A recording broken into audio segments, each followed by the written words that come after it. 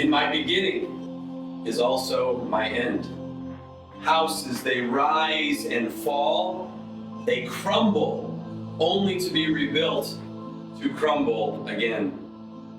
Things are removed, they're destroyed, they're restored in hope to find what it once was. Sometimes you have open fields, then factories, and then abandonment. Each venture is a new beginning, a whole new start to bring many different kinds of failure, to recover what has been lost and then found only to be lost again, and again. To discern what has already been discovered, to only need to discern again as it changes. Once, twice, several times, men will figure it out and then lose it. Men and women will try to emulate what once was, only to be overlooked, only to be in ruins. Our beginning, but also our end. For all things that were lost can and will be found in the one who always finds, who never loses, who only restores, and the one to bring salvation. To be overlooked, to be bypassed, is a dark feeling. Whether overlooked or bypassed for a job that you thought you wanted, to be outbid on that house you sure you were going to get, or maybe to have the shadows and the ghosts of former glory. I think about this area, I think about Hammond and Gary.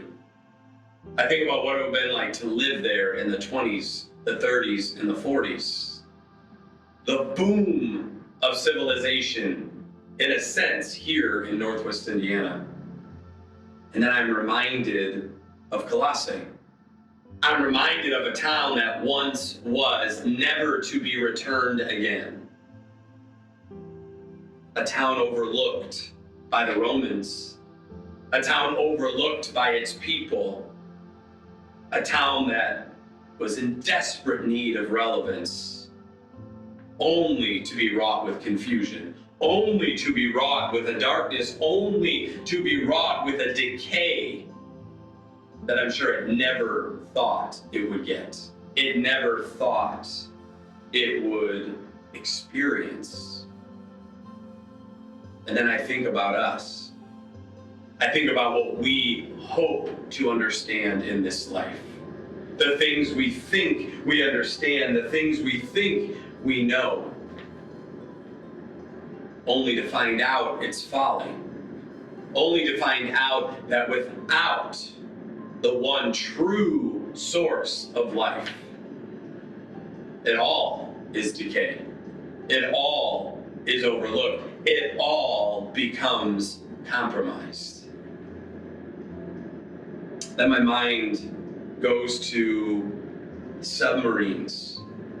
And when a submarine's surface was compromised, when its outer shell became compromised, it normally ended in death. I think of my father-in-law who built bridges, that when the integrity and the structure of a bridge became compromised, it was no longer safe. So it brings us to our faith. It brings us to our belief in Christ, that when that becomes compromised, are we much different than a submarine or a bridge, where we become unsafe and can ultimately lead to death? As we journey this journey for the next 2 months, we are going to learn the tools. We're going to learn the talk. We're going to learn the knowledge. We're going to know the who, so we don't become compromised, because that is the true life of a disciple.